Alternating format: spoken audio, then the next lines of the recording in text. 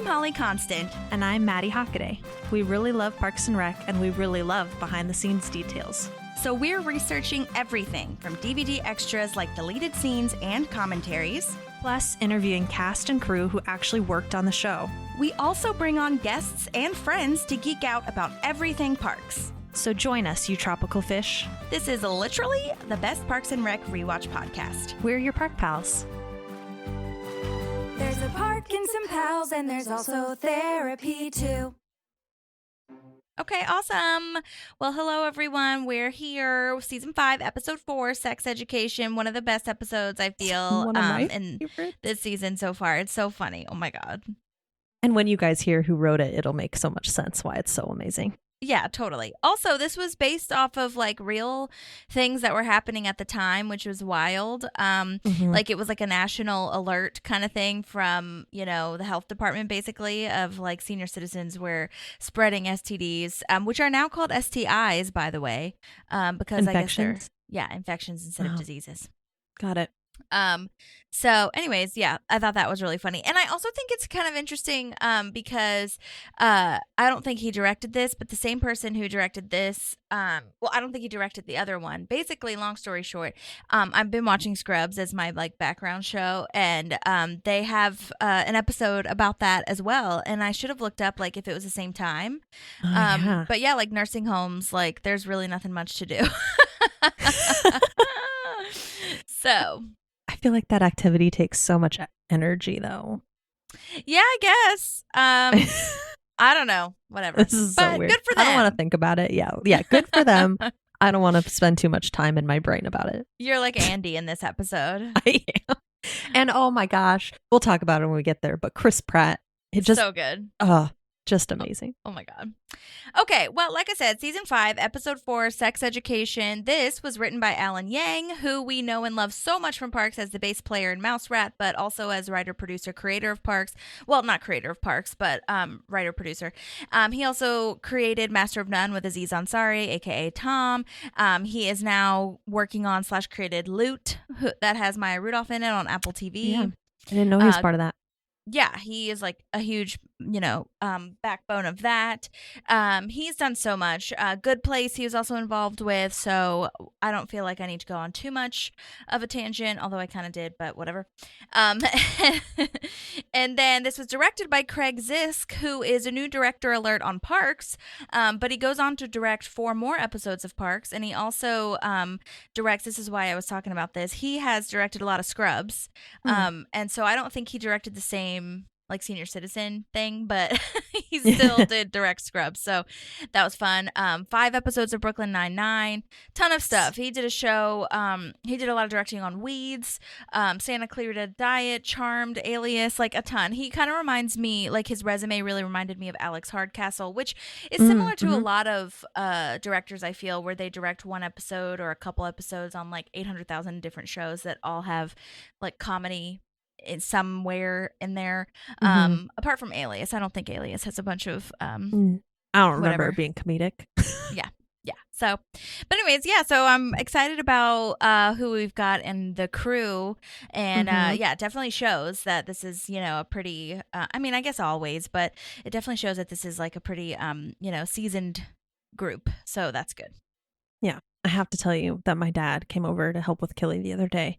And he walks in and he goes, on the way over here, I was listening to the Conan on his satellite and one of his interviews, and he's doing it with this guy named Alan Yang.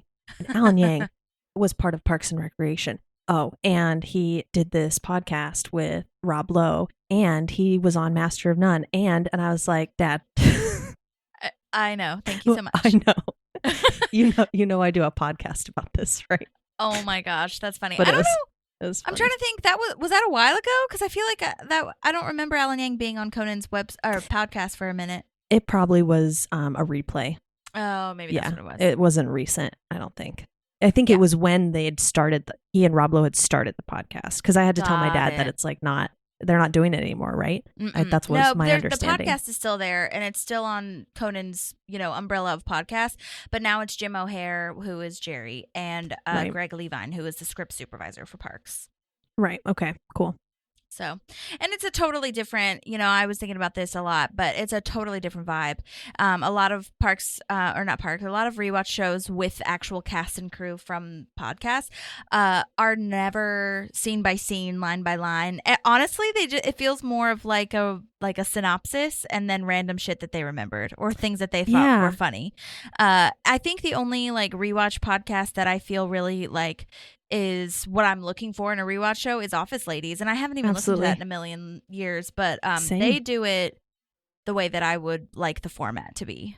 I agree with you. I feel like you get so much out of it, and I think when they go scene by scene like that, they remember little things and that they wouldn't have remembered otherwise. But Connor and my brother and I listened to the One Tree Hill rewatch podcast a couple times, and like we really liked hearing their voices and hearing them reminisce, but like they barely talked about the episode at all. Yeah. I know. Well, One Tree Hill is a whole other like thing because they have so much like, drama and, they're really spilling the beans on how shitty that show was run. Yeah, that's true too. Oh my gosh. I think that show is almost like therapeutic for them to be together talking about it. Yeah. Which I'm really proud of them for doing. Yeah. So that's like a whole other thing. But yeah, I feel like, I don't know. And I'm not saying this to like be rude or anything like that. I hope it doesn't come across this way. It just like from an observational standpoint, I feel like the Parks and Recollection podcast is like half of it is this like a summary of what happened and just explaining what happened, and then the other half is like again random sentences of like this is what I remember from that one time. You know what I mean? Mm-hmm. So yeah, but that's why we're here to fill in the gaps. So. Absolutely. That's why there's no competition. They're very different things, and totally different. You get something different from both of us. So. Yes. Okay, well, I'm ready for a summary whenever. Okay. I wonder if I should change this. I'll change it in my head. Okay. After an outbreak of STIs, well, because I have STDs written in my in my thing. Okay. After an outbreak of STIs in the senior citizen community of Pawnee, Leslie decides to put on a sex education forum with the help of Anne. Meanwhile, Tom has to learn how to survive without technology after a texting and driving incident. And April and Ben finally get to meet Congressman Murray. Yay! Oh my gosh. The technology that they talk about in this episode, I was like, this is like just really at the start of it. Now look at us. It's awful. Yeah. I have a lot of thoughts and feelings about it. Totally. If we really want to get into it. But yeah, so and I went to my, I love this now. You have your sister who's the government, like guru. And I now have my brother who's the law guru. Oh yeah. So I went to him for something this week. So I'll share that with you. It's in the opening, so I'll share it with you once we explain what the opening is. Okay, yeah. Well, it starts with Tom on trial for tweeting and driving, which I think is hilarious that he's not texting and driving, he's tweeting and driving. That's like another level to me. Crazy. Because you have to like if you're going to post it out to the world, you're like spell checking and stuff, you don't want to voice to text that. I voice to text stuff all the time. Yeah. And then I read it later and I'm like, I hope they understood that I was doing the voice to text. You can't do that on Twitter.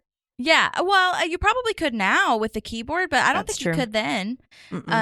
So anyways, but yeah, he's trying to get off the hook about how he was not tweeting and driving, even though the evidence is pretty damning. And he proves that he crashed while doing this. Side note, I have never heard of the movie Unbreakable. Have you watched it or heard of it? No, but I've seen Glass. Oh, okay. Which is interesting because it hadn't come out by that point. Right, which is great. So they have the hashtag. What is Mr. Glass up to? Right? Is that his hashtag? And like, why no sequel or something like that? Yeah, which is funny because then in 2019, Glass came out. Yeah. But yeah, I've never seen Unbreakable, but I've seen Glass. Which for those unfamiliar, which I was, I don't know. Yeah, I guess that's interesting. Did you feel like out of the loop watching the sequel, or is it totally different? I feel like I didn't feel like I missed anything, but I don't. It could be one of those things where you don't know what you're missing until you watch the first one. You ever done that with a book? Yeah, you read it and you're like, this is great, and then you read the one that came out before it, and you're like, oh shit, I could have put way more stuff together. I'm trying to think. I haven't ever done that, but I would understand that's true because I read a lot of series, and I'm always like, what's the first one?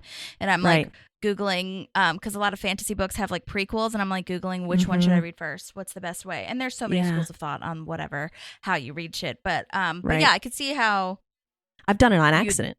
Yeah, 100%. Like I didn't know there were more books. Yeah, like oops. anyhow, yeah. Unbreakable, if you were unfamiliar, is what Tom hashtags. It's a Bruce Willis movie from 2000. M. Night Shyamalan is, who does that one. And yeah, I had never seen it, but it looks cool. So, And Unbreakable isn't it like about how it really is about how he's like, he's invincible, essentially, right? Like all this shit keeps happening to him and like, or like to people around him, but he doesn't get it. It's like a superhero movie-ish. Yeah. But like not the kind you're thinking of. Yeah. And then there's also Split. Isn't that the one with what's his ass? James something? Yeah, James McAvoy. They're all related? All in the same universe. Oh. So at the end of Split, I mean, I knew that was M. Night Shyamalan too, but I didn't. Yeah. So that one's 2016. And at the end of Split, so this is why I didn't feel out of the loop, because I watched Split and then I watched Glass, but I'd never seen Unbreakable. Okay. So at the end of Split, which if you haven't seen, Holly, James McAvoy, oh my gosh, like he has like split personality. Oh my gosh, it's so well acted. Anyway, so at the end, it like pops up with Bruce Willis's superhero character on the TV in whatever diner he's in. And I bet you that's how they bring in that Glass is going to have Mr. Glass in it. Got it. Okay. Yeah. Intriguing. Yeah. I know. I did not know all this backstory. Damn. Okay. Yeah. Well, anyways, moving on. I did see online that John Ralphio liked all of his tweets, which was so cute. Saw that too. So I thought that was very nice friendship moment. Yeah. Did you notice when they project his tweets, his background like wallpaper is the like little the grid. teacup picture? Yeah, the espresso little thing. Yes. Oh my gosh, so funny. So let's see. Jay Burns is the actor who plays the prosecutor guy. He has done Mad Men, ER, but Parks. This episode actually looks to be the last IMDb credit that I saw, so not exactly sure what's up with him, but he did a great job too. I could imagine acting with disease during all this and feeling like you'd want to laugh or whatever, but great job. And then comes like this really awful thing, especially for Tom, but I think any of us would have trouble with this nowadays. The judge sentenced him to a week without screens, which, was such a challenge for Tom. That was like the worst. And again, he says as much by saying, he'd rather go to jail. Send me to jail instead, Yeah. Which you wouldn't have. Well, I don't know. I was going to say you wouldn't have your phone there, but now I don't know, actually. Yeah, but I think, I feel like you can use them. Hard. And you can also watch TV. I do know that you have access to TV. I don't know. I think for me, if I'm thinking about it, like there's going to be other stuff. I mean, you put it in perspective of what comes up in the episode. He can't get to work without his phone. Right. So I think he's like, just lock me up if I can't have it because That's I'm true. useless. Can't do anything anyway. Yeah. So I think that's how he views it. Yeah. But nobody coached him. Can I just say that? No one coached him because he's just like coming right out with it. That's when I ran into that. Does he say fire hydrant? No, he just says urge kirch because he had randomly typed it, letters when he was hitting the fire hydrant.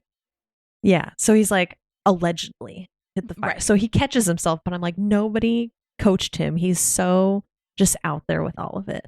Yeah, totally. And no coach would ever like know how to do this anyways because those tweets are just pure evidence. Yeah, it's bad. Yeah. But I did text my brother because I said, okay, I told him what happened in the episode, right? Because he's seen it, but like not for a long time. And I said, this is in Indiana. This is what happened. The judge sentences him to a week without screens. Can he do this? And he said, there's no way to enforce that. I guess theoretically you can make him agree to it as a contingent of not giving him a huge fine. But if he's caught with electronics, the deal would be void. So then he'd pay a fine. They would have him at the end of the period come back in and be like, do you swear by the court that since the last day you were here, you did not use electronics? And he would say, yes, Your Honor. But like you're under oath, right? So you'd have to be honest. And then he would go to Tom's lawyer and the judge would say, to the best of your knowledge, has Tom successfully refrained from using electronics? Yes, Your Honor. So they can't just enforce, you can't use screens. It would be, we won't fine you $5,000 if you agree to not use screens for a week, basically. Yeah, which makes sense. That sounds like what they do in the episode, like with Ron saying, like, I'm going to tell the judge if you fuck up, Mm-hmm. Yeah. So, yeah, I just thought it was interesting. It felt like the way it was set up was like, this is we're making you not use screens. Oh, yeah, You know, totally. so that I just wanted to clarify. Yeah, and I could see them taking away his phone, but I Yeah. guess you can't I really take wonder if away they, anything else. yeah. Can they though? That's another question. It's like, Hmm. can the court take away your phone I feel like they if they're should not be putting able you in to. jail? Yeah. I don't know. Great question. I'm going to Huh. say in the canon of the show, yes, but Okay. in real life, I don't know. So we'll see. Yeah. You could take the SIM card out, maybe. But still, that's still using a screen because you can use Yeah. Wi-Fi, I guess. But anyhow, we digress. Okay, so this judge is played by Alex Morris, and he's been in a lot of things. He was in Abbott Elementary recently, which we love. What We Do in the Shadows. He was also in Baskets with Louis C.K. and Zach Galifianakis, which is like this crazy ass show. If you haven't watched it, I think it's on Hulu. I've only watched like a couple episodes, and it's about this. I think Zach Galifianakis plays this guy who like is either in clown college or like doing something with a clown college, and it's really funny. And yeah, this judge was basically a main character in that one, which is awesome. And then he was also in Malcolm in the Middle. I also loved how he was basically just falling asleep, though. I thought he did a great job. He was like really over it. Yeah, I literally have this is the most lax judge I've ever seen. Yeah, totally. But I did reach out to him, and he did send in a voice memo. So I will Nice. go ahead and play that for everyone. I really enjoyed. It was like just a little short tidbit.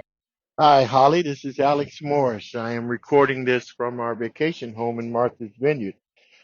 Thank you so much for having me on your podcast. I hope I can get these questions answered for you correctly. Your first question was, how did I get my job on Parks and Recreation? Well, it was pretty much a traditional audition. I just went in, did the audition, did the callbacks, and it was pretty much a simple task. Interesting thing about it, I didn't think that they were going to cast me. I thought it was going to be probably an Asian actor because the character's name was just Judge Lanquito. Oh, I didn't think that was a name that would have been a name for an African American man, but it worked out pretty good. Uh, Being on the set was really terrific. Aziz told a lot of jokes. I think he did a lot of ad libbing too, but it was a very, very happy set. People seemed to get along very well. The crew seemed to be very happy. There was no problems. It was probably one of the easiest gigs I'd had in a long time. So it worked out really nice. I really enjoyed my brief stay. The only problem is they never came back to Judge Lanquito's court, and for that I was kind of, kind of upset. I'd like to come back a few times. And finally, I would love to promote the show that I'm in now, the Family Business New Orleans, which will be on Netflix this September. It stars Ernie Hudson, and I play a character that is totally against my type. So it'll be very exciting. It's the first season of the spinoff from the show Family Business. It's Carl Weber's Family Business New Orleans. And I'm also starting rehearsal on a play, August Wilson's The Piano Lesson, which will be opening at the Noise Within Theater in Pasadena, California. We open October 13th and run through November 12th. I hope people your listeners in the California, Pasadena area will come out and see us. It's a wonderful production, wonderful group of actors, and just a marvelous venue to perform. That's all. I hope I've answered all your questions. It was a pleasure being on your show, and we'll talk soon, I hope. Take care. Bye now. Yay. Aw, I love it. I love Martha's Vineyard so much. I told him as much as well, that I was excited that he was in Martha's Vineyard, first of all. And also, I told him that, I feel like we always want guest stars to come back too. He's not alone in that, probably. Yeah. It is interesting. It's just more funny because the only court that we really see, I feel, is with Purd, who, when they have the Grizzle situation. And that just makes it funny. Yeah, the Purd pulls court. Like, they couldn't pass that up. So, yeah, that's why that judge didn't come back. But I still think he did a great job. And thank you so much for sending in a voice memo. That was great. Yes, we love it. Awesome. Okay. So now Anne is coming into the parks department. This is another moment where she's taking on personalities of her boyfriends. This one is Ricky from the Dude Ranch. I think she likes cowboys, I feel. Like they've written that for her. Like this is the second time. A couple times. Yeah. At least the second time, because when she was going through her phase of like dating everybody or whatever, she like was dating that guy with the cowboy hat who ended up being in Social Network like a million years later. Yeah. And I was remember just that. like, this is intriguing. Yeah. Like she has a likes a thing guy for that them, works with maybe. his hands. Maybe. I don't know. It's a vibe. I But- get it. But also, Yeah. like, this is not how you dress on a regular basis. Right. What are these? This is when she walks in with like the fringe hanging off, right? I think so. Yeah. Yeah, I think so. I'm like, and then that's the a next lot. time she has just a shirt, a regular shirt. Right. Yeah. The Yeah. anti-nuclear shirt. Oh my gosh. But yeah, so this is kind of like old school Parks, I feel, at the end of the day when we come back to, the conference room. And there is a deleted scene in here, too, where Jerry's in there and they're like, what are you doing in here? Because they're Amy Poehler or Leslie is like saying why everyone would be like really good for this committee because Donna seems to have a lot of sex. And Donna's like, yeah, like whatever. And I loved that. I wish they didn't cut that. But like everybody else has kind of a reason to be there. And they're like, and Jerry, and the audience thinks that you're going to get a reason why Jerry's there. And then they're like, what are you doing here? This is not for you. And he's like, sorry, guys. Oh, Jerry, just so go with the flow. I know. He almost does it to himself because he just lets it happen. Ugh, poor thing. Well, anyway, it's so funny. Her line, like, to open this is great news. Lots of old people have chlamydia. Andy, woo! Yes, exactly. And this is where we learn that this is what the, crux of the episode is about, that old people are having a lot of sex. They haven't had sex education in a million years. So STIs are spreading a lot. STDs in this episode are spreading a lot. Like we said, this was actually talking about a real thing that was happening at this time where it was like a national news story that people like, I can't imagine like hearing that now on the news or something. Yeah. Oh my God. I'm almost glad I didn't have access to the news. Yeah. Like, I don't know. Yeah. They were reporting record highs of sexually transmitted diseases, and I laughed out loud at the next line that I totally forgot about this. Like, and old people can be pretty ornery. I think you mean horny. Or it's pronounced horny. Horny. That is Andy. so good. So matter of fact, too. Yes. Oh my gosh. I love that she calls them the Sex Avengers. Yes. Great Me too. name. Yep. And then Pratt becomes an Avenger in real life. Yes. Oh, foreshadowing. Yep. But they're asking Anne all their like grossest sex questions or like most like absurd questions because she's the nurse. I love that Andy keeps asking questions for himself too. Like, are pubes supposed to grow longer? Because that's happening to me. I feel like half of those, maybe not. I'm sure most of them were scripted, but they sounded so improvised to me. Yeah, I'm sure they did. Like a fun runs, a bunch of fun runs too. Yeah. So I'd be intrigued to know what was scripted and what was a fun run. Oh my God, amazing! Chris Pratt's delivery of they ran over my testes with my jazzy scooter, like in the old man voice. I'm like, it's just so good, and also how. Oh my God, I love it. And I love this little Anne and Leslie moment too, where Anne like takes all their questions in stride, answers them one by one, and then she's like, "You have to be under 40 to ride this train." And then Anne is or Leslie is super into it, like, "Hey, that's how you do it, kids." Yeah, I love that. So supportive. Although I think Chris is over 40, is he not? Yeah, there was a whole like thing about that that I saw online as well, but I didn't really like take it into stride just because like that was then though. Maybe now she's changed her tune. Yeah. I don't know. Yeah. And also Chris is very youthful anyway, so yeah. I don't think it's like a deal breaker, right? Right. I think it's just part of her little spiel here, but it did get me thinking, like, I don't think it's a misstep by the writers at all. I think it's just like, oh, I know Chris is older than that. Some people classified it as a misstep, but I was like, who cares? Like, it's people just Chris. Change. Next week, she could be like, I'll date someone who's 60. You know, that's literally, that's what I was thinking. I was thinking that was then. Like, that was literally like a season ago. So I think we're good. Yeah, but I agree. It is interesting to point out. Yeah, that was a really funny scene. Really good job. Props to them. But our next scene is Tom is being an hour and a half late for work because he couldn't use his GPS, which is very relatable, but also 3 miles away, Tom. Come on. Come on. And for how many come on. years has he worked there? Yeah, that's true. You know? You don't remember any like signs or like landmarks? Yeah. I'll tell you, I usually, so at least for 5 to 10 times when I'm going to a new place, I need the GPS. Oh, totally. Just because I don't want, like, I don't trust myself 100%. And it also tells you traffic patterns. So like if traffic is bad, it might take you a better way. Exactly. 100%. So I still every morning, I've been working at the same location for over a year now. I still every morning put our place of work in the GPS because like, what if I'm going to be 5 minutes late? Because, you know, I want to be able to know that. And that's the beautiful thing about GPS is it tells you that. So part of me is like, I get it. And part of me is like, Tom, it's 3 miles and you've been doing this for this many years. You should be able to at least get there. Yeah, totally. Yeah. And I mean, I do try if I have been there or to a place for a long time, like I really do try not to use it, at least for the first, like, I don't know, first time. And then if I get lost, like as I'm the next time, or like if I get lost as I'm there, I'm like, wait, which turn am I supposed to take? Then okay, I'll turn it on. But yesterday I used the GPS to go or I did not use the GPS to go somewhere that was kind of like far-ish away, but I've been there a handful of times. So I was like, let me just try this. And like it does take, I'm not gonna lie, it does take a certain amount of effort because it's like such a second nature thing that when you're on the road, or even for me, it was before I was on the road, I was like, wait, which exit do I take again? And I thought about it and I was like, okay, that's it. But we're so glued to them. I mean, it's just so easy. Absolutely. Yeah. Well, I mean, think about it.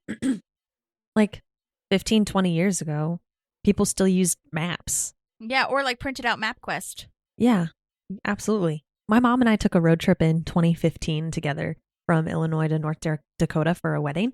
And we printed out a MapQuest booklet that went like page by page. Yeah, like, that's what you did. It's crazy. Yeah. Oh my God. But I will say GPS sometimes fucks you up because it'll say like keep right or something, but then like at the last minute it says you're supposed to turn left. And I have never, maybe Waze has changed. A lot of people love Waze, but Waze always took me like through suburbs where I had to cross 4 lanes, and then it was like, no, this is not going to work for me. So it just makes me more stressed.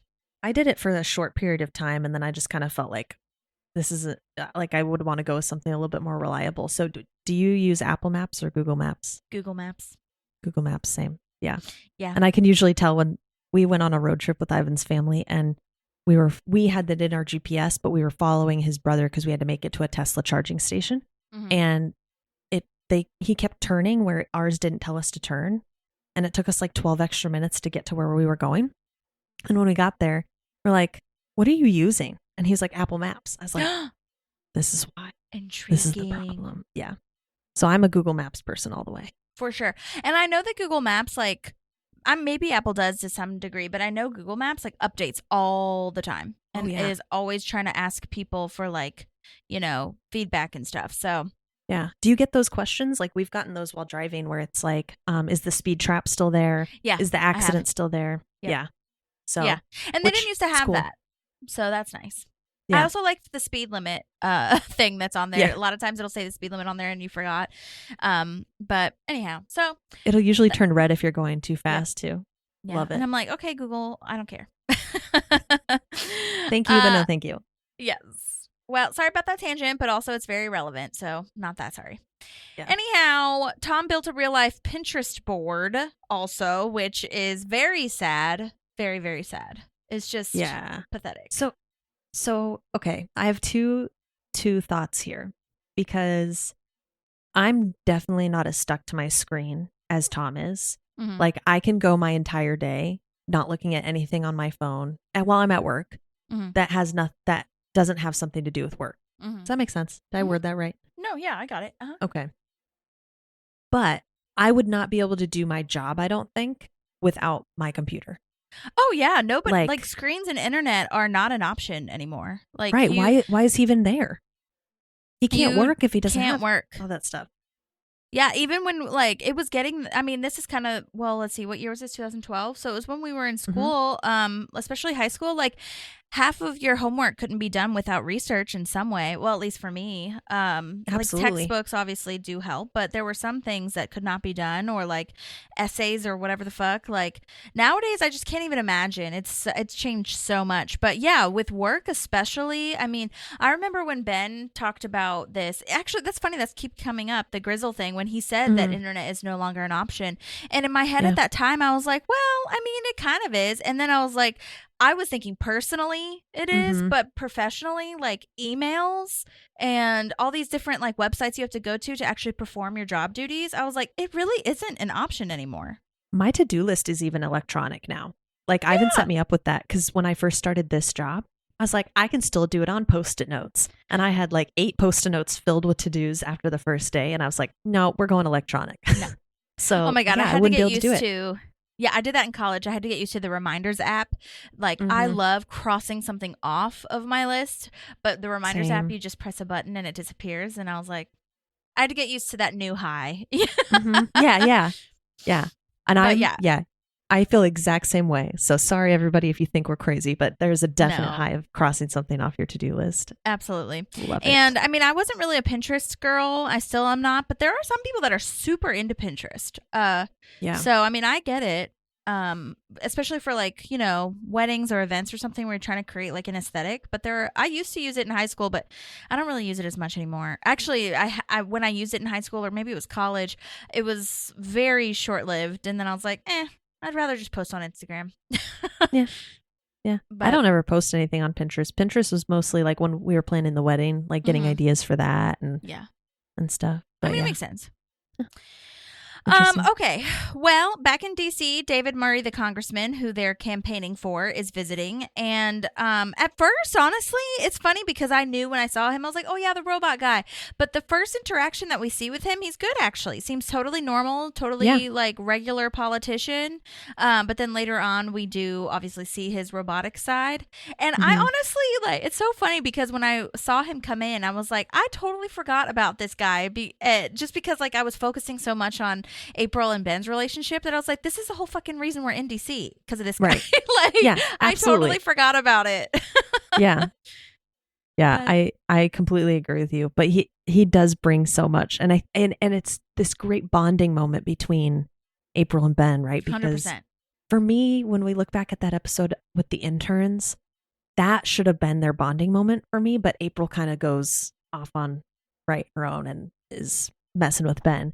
So here we have this moment where they connect on something. They finally are like coworkers. Yeah, it's wonderful. But I love this moment and the delivery from Adam here when Congressman Murray is coming up to them and she's like, "Is that Barack Obama?" And he's like, "Don't.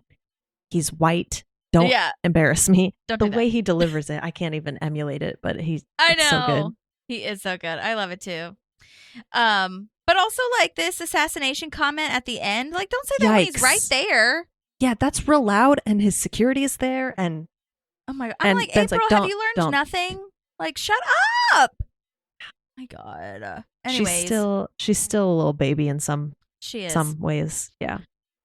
Well, Congressman Murray, who did a phenomenal job, because sometimes, I don't know, I can't decide whether that's hard or easy to be robotic. Like, I don't know, as far as acting wise, but he did a great job regardless. I feel like it would have to be hard, right? So because you don't want to overdo it. Right. And he still has that kind of like approachable look about him, but yeah. It looks like they took a model off the street. Yeah. Like, yeah, that's true. Just, okay, he looks the part. Mm-hmm. He's okay, and we can just feed him all the lines. Yeah. And he can look pretty and say the lines and done. Yep. Totally. So the actor's name is Adam J. Harrington, and he is such a silver fox now, as you could imagine. Like, if you look at him on IMDb, oh my God, he's very handsome. He aged like a fine wine. He's beautiful. Good job, man. Yeah, he's so handsome. He's been on Bosch, The Lincoln Lawyer, and the most recent thing, which I think he's still on, I believe it's current, is General Hospital. He's been on that for 53 episodes, which makes total sense. Yeah. Because every soap opera actor currently is just like so beautiful. Yeah, that's what it says. Okay, nice. So, Yeah, if someone wants to fact check me, please do.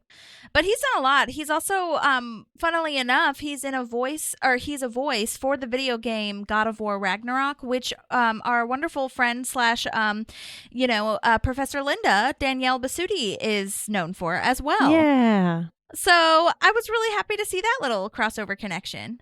Very nice.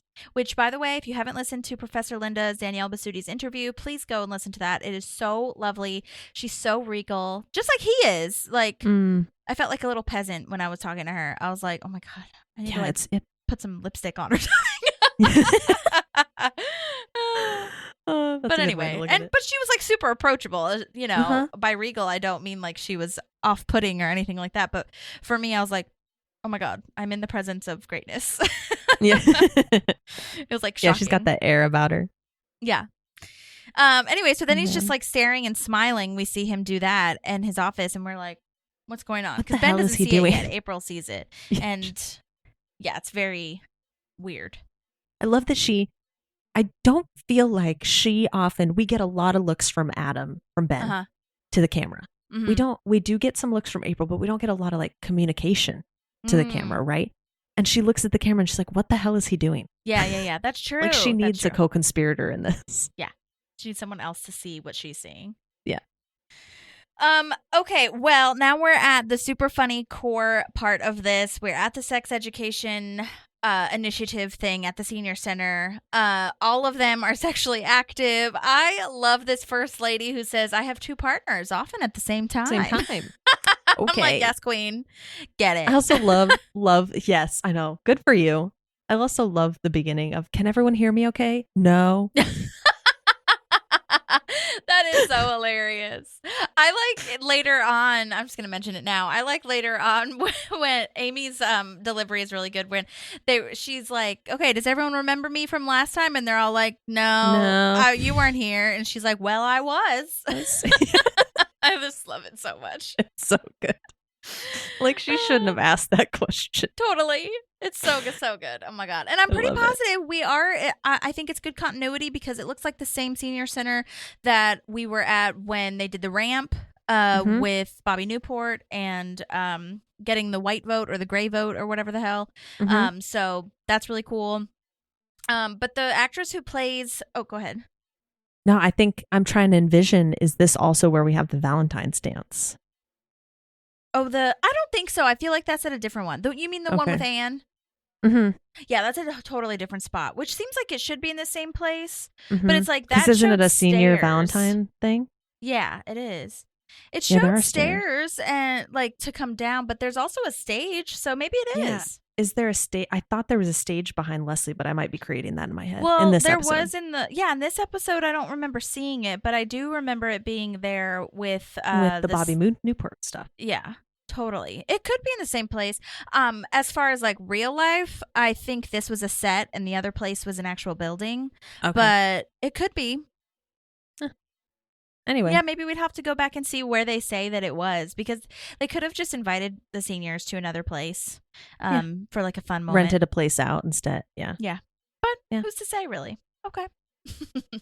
Anyway, I love that we ask what are the highest risks of sex, and you hear heart attack, falling, partner dies on top of you is my favorite, and also so sad.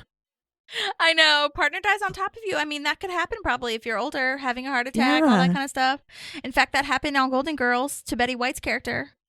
That's how her husband died. No. Yeah, it is. She talks about it.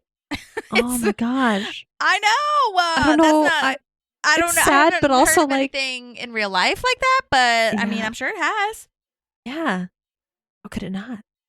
I love the falling in love. Yes. When someone shouts out, falling in love. Oh my God. The real risk. Just really, yeah, seriously. No, falling in love is great, I'm sure. Anyways, but the lady who says I have 2 partners often at the same time, her name, the actress's name is Anne Bellamy, and she was in a ton of stuff. She was also in Weeds, Mad Men, Monk, Ugly Betty, Castaway, the one with Tom Hanks. I don't remember when. Wow. but she's been acting forever, obviously. But her picture is so freaking cute. I love it. I can't tell if she's still around or like what she's doing now, if anything.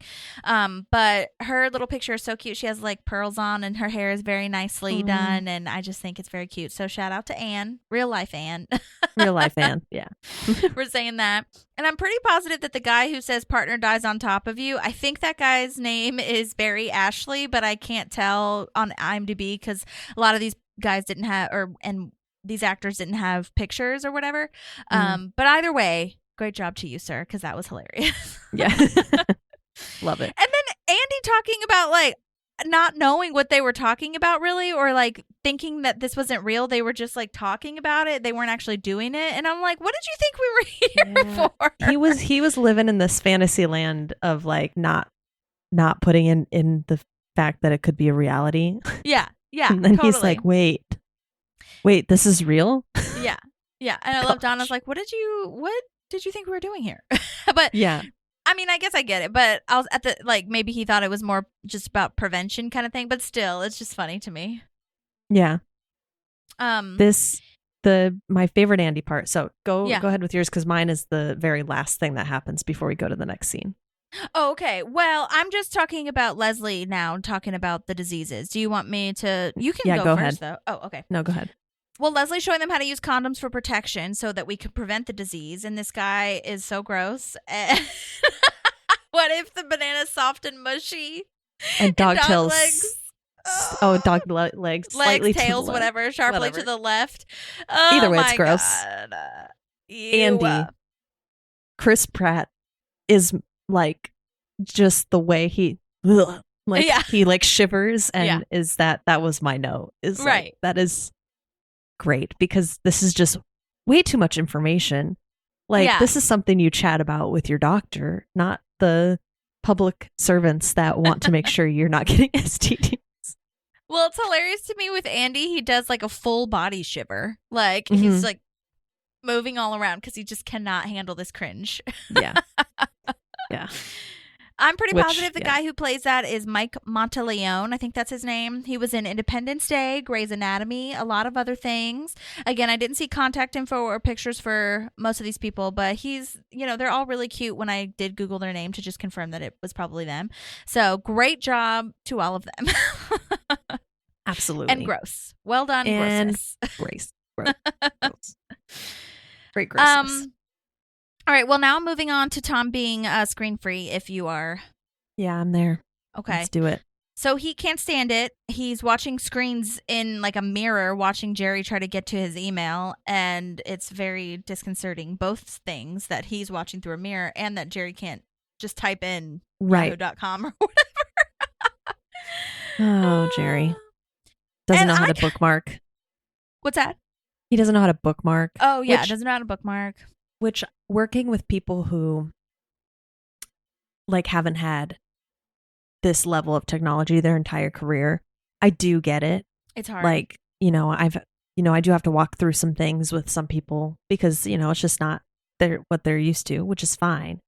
But also typing in yahoo.com in Yahoo, basically. Oh my God. Yeah, he's like going to Alta Vista. It's like going to Google and I guess typing in go to yahoo.com. Yeah. Yeah. I mean, I think everybody can relate to this if they have parents that have iPhones or any kind of phone that, you have to walk them through steps. But I can imagine I don't know. I can't imagine being an older person with like corporate world or working world, like coming back maybe after retirement or something where you didn't have to do all of this. Like, that's probably a lot to learn. But I will say, if you're asking and like having a good attitude about it, like it's not as bad. But there are some old people that are just like so, I don't know, not entitled. What's the word? It's just like they just think they're better than this. Like they don't need this kind of thing. And I'm so sorry, but they're inconvenienced by having to use the technology. I'm like, this is just how it goes now. It's not anything. We're not going back. I'm sorry. Yeah. So I try to be patient, especially with my mom. My mom just sometimes makes me laugh at this point when she when she's trying to do stuff. It doesn't even annoy me anymore. It just makes me laugh because I'm like, this is hilarious, to be honest. I have to agree. I love my mom. Like I post on Facebook for her because she's just like, so I don't want to deal with it. Yeah, so I do that. The one thing that cracks me up is like we used to go on really long walks. I probably told you about like we'd go on the trail and walk. And even now still, right? But she'd be like, "Oh, I have to text this person." And we'd be walking and she'd stop. I'm like, "Mom, like we can keep walking." She's like, "No." So I would text for her on our walks because Oh, she that's couldn't funny. text and walk at the same time. I guess it But I love depends. it. It's honestly, it's probably safer. It is. Yeah. And it does depend But I on think- how long the text is, maybe, because I feel like I sometimes have to stop too. Yeah. No, this was like a But question. I mean, a single question. oh, okay. But to be fair, right? Like texting came about when she was in her 40s. Totally. And we've had it since we were like 16. So Yeah. it's like, you know, of course we're going to be more comfortable on a trail where no one else is walking, right? Like Right. I'm not doing that in the grocery store or out on the Right. street. But Well, sometimes I find myself texting from room to room just in my house, and I'm just like, Holly, put down the fucking phone for 5 seconds. yeah. And it's awful. I am the opposite of you, I think, where I sometimes I enjoy social media and I like posting and like interacting with people, but it's gotten like it's gotten better, but it's definitely an addiction in a lot of ways. So I try to limit myself, especially TikTok at night. Oh my God. I'm just like scrolling. It's awful. Yeah. Ivan put timers on it Mm-hmm. so that he can't I go remember past a telling him certain about time. that in Vegas. Yeah. Oh yeah. Like- Okay. You're probably the one that spawned it then. Because I remember, we were talking about this and I was like, I have a timer on mine because I will literally stay on there for 100,000 years. And then I took it off actually because I went live on Instagram, with the podcast actually. And it said something like, you are like the time limit is up. And I'm like, no. And then it stopped it all and I had to start over. No. And so I was like, okay, I got to take it off. And then I don't think I ever reactivated that. So I'm probably spending way more time on there. But it does like Yeah. make you feel guilty because have you seen like the notifications where it says like you spent 8 hours per day on your phone? Yeah.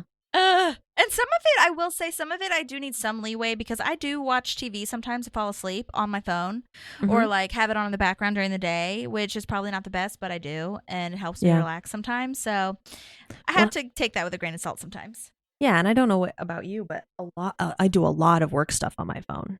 Oh, yeah. And like when I have to, this might be TMI for people, but I don't care. If I have to go pump at work, like Oh, I will sure. I'll just do emails and stuff on my phone while I'm doing that, so I don't have to lug my computer down there. And so then it's like, Yeah. well, I'm down there for 30 minutes on my phone doing work rather than, I'm not Yeah. on. That's why you should go into the like actual report and see how much of time is on messages versus Oh, yeah. email versus TikTok versus Great all call. that stuff. But Yeah. I was getting notifications that I was on my phone like 12 hours a day because I have Kindle on my phone, and that's how I was reading. Yep. And That's different. Ivan brought up a really good point where he was like, "Hey, we should maybe start going to the library." Sorry, Leslie, because I love we- libraries. That's the one I thing Leslie and I know. do not have in common. yeah, they're Her library so book right here. nice. Oh, me too. It's the best. I love it. Yeah, I have like 4 or 5 out at a time because I was Mhm. reading so many books on my phone, and we were talking about how we don't want Killy to be like on screens, and he's not going to have an iPad until this age, and he's not going Mhm. to write. And we were like, we need to be better about being on our phones. But I was on my phone reading all the time. He was like, if he sees mom, even if you're reading, he's going to see mom with her phone, and she's going to think, oh, Mhm. I can be on the screen that much time too. So that's why we went that way. So it's brought my Yeah. number down from 12 Good. to like 6. Yeah, I love flipping pages though. Mhm. But I will say you could get like the Kindle's the actual Kindle thing, Like the actual, yeah. device. That's what my friend has. She said it's really nice. Yeah, I've heard really good things because it's so thin and you can fit like 100,000 bajillion books on there. So I don't know. Well, and I think And also it's not as like blue light. right, because Connor has one or had one, and I think it's like it's just not bright. Hmm. Like it's pretty dull, and I wonder if you You can know. make it like change the settings. Maybe I don't know. I wonder. Well, But might be a better solution. Anyway, anyhow, all to say that yeah, and that's a hard thing too, as well. Like teaching your kids, like having that conversation on how you're going to, make them aware that there's no like really Mhm. getting out of it, but also there is a time and a place, and like it Yeah. is, important to put it down every now and again. Yeah. So yeah, that's tough. it is. Anyhow, okay, well, I'm moving on. Yep. Finally, Sorry, I told you I have feelings about this. No, I think it's so relevant, I feel. Yeah. And it's just Especially such a huge now. part of our lives. Yeah. You know? Yeah, it's been what? It's been 12 years since this episode came out, and Crazy. it's like, I think it's even worse now. Yeah. than it Oh, was. 100% worse. Yeah. Because they really are non-negotiable, especially like phones, I feel, Mhm. as far as like like actually calling for emergencies or staying in touch with people, that kind of stuff. So Yeah, absolutely. Yeah, no, I think emergencies is the big one. Like, I think I've told you, like, sometimes I get home and I put my phone at the front door and I don't touch it until like I'm about to go to bed, because I'm just like, I need to detach from everything. But then, Yeah. like, if I have to run out to the store, I can't not take my phone. right. Right? Yeah. Like, that's not safe. Right. And then, so if I'm waiting in line, then I'm on my phone. Yeah. So it's a whole thing. It's a vicious whole cycle. thing. Yeah. Well, we're back at the senior center, and this is so funny. This like little whatever they're doing display. Like, why does Donna have a pineapple and Thank 3 you. bananas and a cucumber? What the hell? The pineapple, like the cucumber, I'm like, okay, some guys got it. Okay. But like the pineapple. Yeah, makes no and also, sense why to are you me. putting on condoms on 4 penises? Technically, Yeah. what? I didn't think about it. Oh that way. my god, it's just so funny. I Uh. mean, look, the one lady sometimes has threesomes, so maybe that needs to happen. Maybe I she don't needed know. that practice. Yeah. Hilarious. That was my first note too, though. Why is there a pineapple? I know. I think that's hilarious that they put that in there. I wonder if that was And it's intentional. pokey. Yes. Ugh. Well, Chris comes in now, and he is like coming in hot. He is saying to stop because it goes against Marsha and Marshall Langman's morality thing.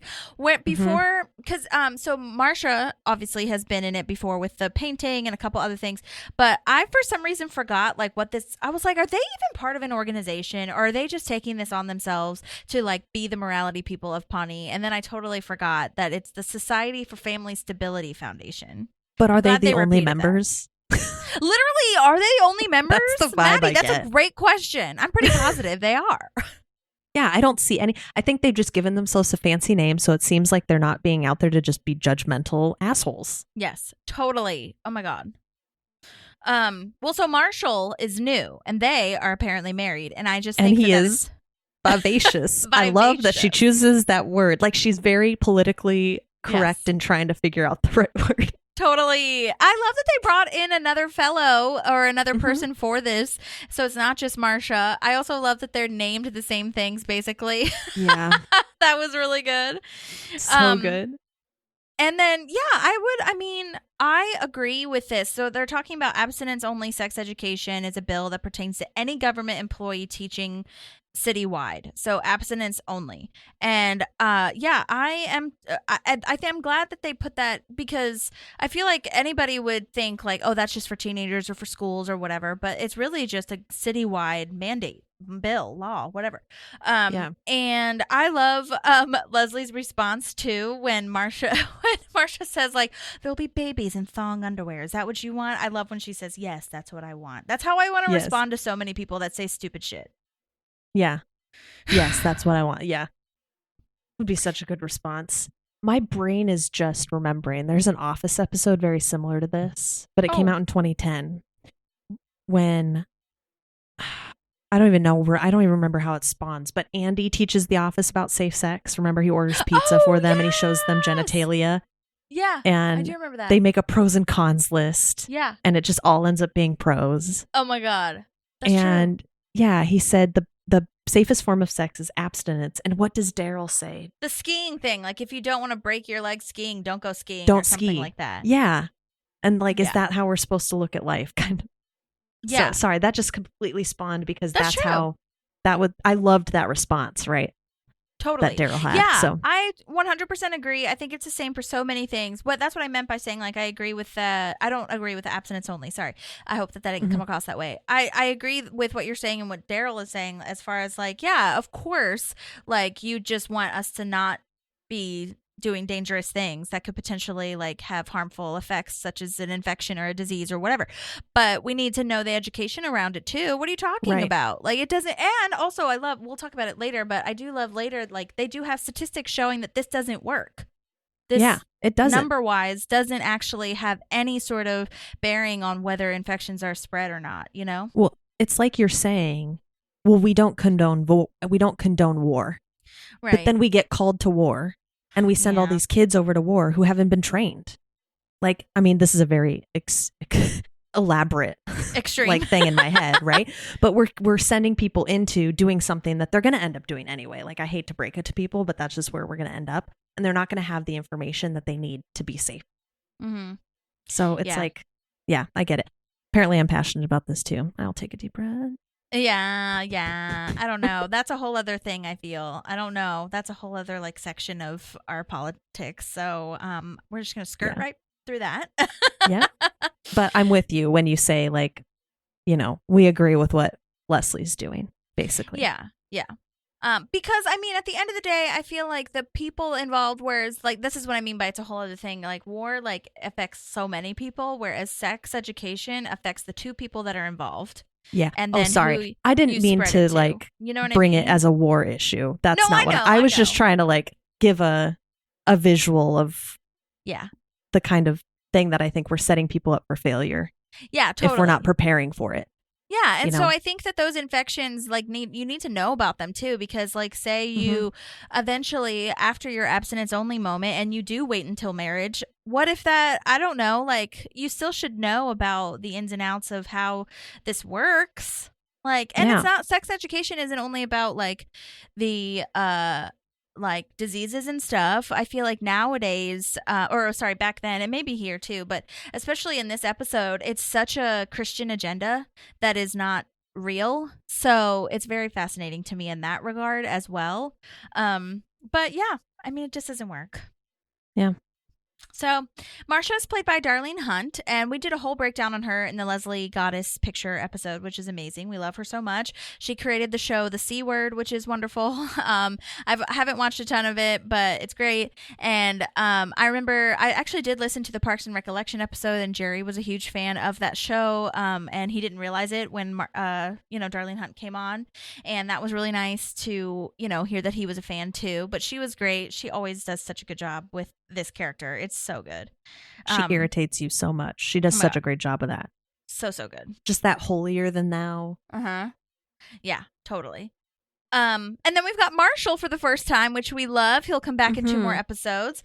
He is played by Todd Sherry. He has been in Supergirl, Mindy Project, Parenthood, Grace and Frankie, Will and Grace, like a ton of stuff. He was also in the OC. For a little bit, and I think it wasn't like a recurring or whatever. Maybe it was, but Pratt was also in the OC, which I think is hilarious. I was about to say.